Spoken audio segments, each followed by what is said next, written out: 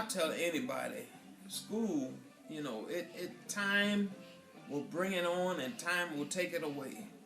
And the reward is at the end. Oh wow. All right. All right. And now what about far as money? You mentioned that in your last statement. What would you change if you can just go back? What would you do differently as far as money? Wow. Yeah. I would venture off into being a businessman on my own and helping people who need help, and just growing my business and growing people around me, lifting them up out of the gutters, and just taking time to raise my children properly, taking vacations, helping them with whatever material things that they need in life instead of them struggling to have something. So it time is something that we can't go back in time. But if I had to, that's something I would do. Just be a businessman and work for myself. I tried it once. But sometimes people are not geared up in the mind to do that. So I wasn't geared up to do that, but I would definitely do that. Right, and what you mean by geared up? You mean like as far as schooling? Wow, schooling. If I had stayed in school and had the paper, I probably would have did something like that. Yeah. All right, and so that's just to reflect you saying that the paper and the degrees would reinforce. Right. Exactly. Okay. All right. Now the next part I'm going to jump into is very critical. All right, and now it's what would you do differently as far as the relationships part of life? Not just as with girlfriends or your wife or anything like that, but as far as friendships all together, what would you do differently as far as relationships? Well, some of my guy friends in Illinois, I think I would have stayed in touch with them a little more, and just kept a reinsurance, because like I said earlier, you're always gonna need somebody positive or somebody who understands you up here, and they might need help too. But basically, that's what I would do. Just stay in touch with them a little more. Okay, as far as friends. Now, what would be some advice you would give people like myself that's young and single and trying to be successful? What would be your advice as far as relationships to them? Right. Hey, my wife years ago wrote me a little poem. It simply said, "May the wind be to your back." And something like that. When you're young, it's hard to grasp hold to the future, because you want to get out and adventure, and the things that will hold you down. You look at the things that are holding you down, but those are the things that are making you succeed. Studying, being with positive people. But that's about it. Okay. All right. Now, is there anything else that you would want, the world to know about you personally that we didn't touch on? Yeah. Well, working at University of Mississippi Medical Center here in Grenada, I see a lot of people, and I see a lot of sick people that come in, people who are hurt here, and little children. I think the world has started to not to care about people who are hurt, and I think we should start to, care about those people. Start caring about people, period. If it's just coming up to a stoplight, when you see somebody with their hood up on the side of the road, give time to go over and, hey, you need some help? You don't see that anymore. When I first came to Grenada, people used to wave, and you don't hardly see that anymore. People walking down the street, just waving. You don't hardly see that. And I think that care has gone out the window. So I think we need to care a little bit more about our fellow man.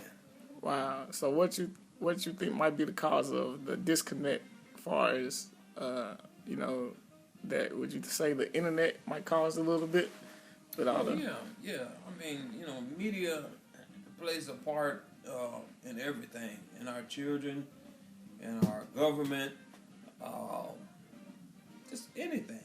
A housewife, looking at a daytime soap opera,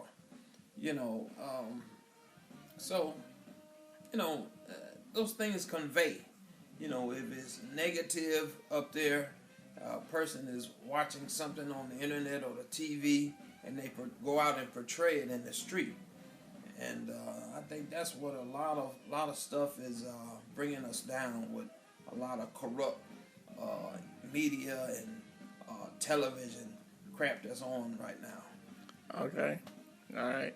Now, what I'm gonna ask you about, about some of your personal goals. Like, what would be like something you would want to do that would be sort of kind of like a dream come true? Wow. My personal goals. My personal goals are to retire, early retirement, stay working, and help my children. If that's one thing I can do, is help my children. I don't care if it's giving them $20, $30. They need some gas money or whatever. Or want a sandwich, want a hot dog. If I can just help my children with something, and just early retirement, and just trying to get more income coming in to the house. So and something else added on to that is to build more faith within me, so others can see it. Oh wow, okay, that's very touching, And now, what would be something that would be like a goal or a dream come true, as far as like your hobby that's a part of your life, like such as music and drums and all that. I'm gonna tell you something. I've had this dream years ago, and I believe it's come true, but not on this not on the stage that I wanted it to. I wanted to play for thousands of people, and the way I look at it, I have played for millions of people, because playing on the stage, I've been playing for quite a while, and so that's I believe I have accomplished that goal. Oh wow! And so that was one of my dreams, one of my fantasies, or whatever you want to think about. All right. Playing for thousands of people. All right. So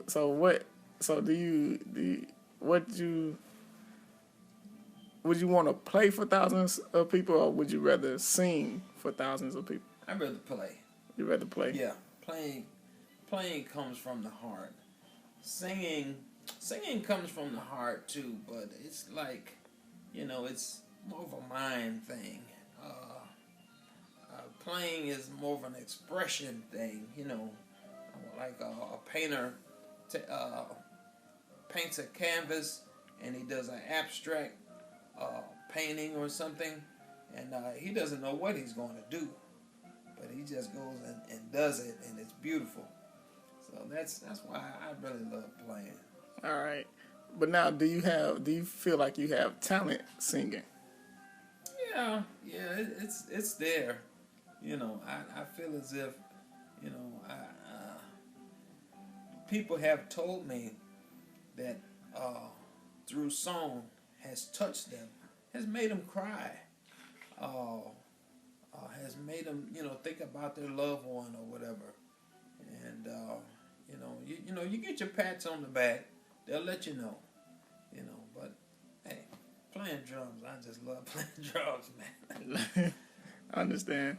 But now, since we're about to get ready to wrap it up, and head out, I just want to know, would you mind singing something right quick for your audience? Wow.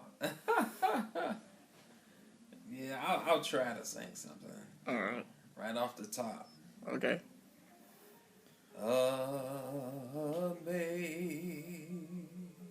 Amazing grace, how sweet the sound that saved a wretch like me. I once was found, but now I'm found. Was blind, but now I see.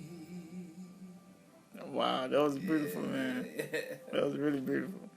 All right, well, you've been watching Interviews with Rashad Hughes, and this is my first interview with the number one person in my life. Hey.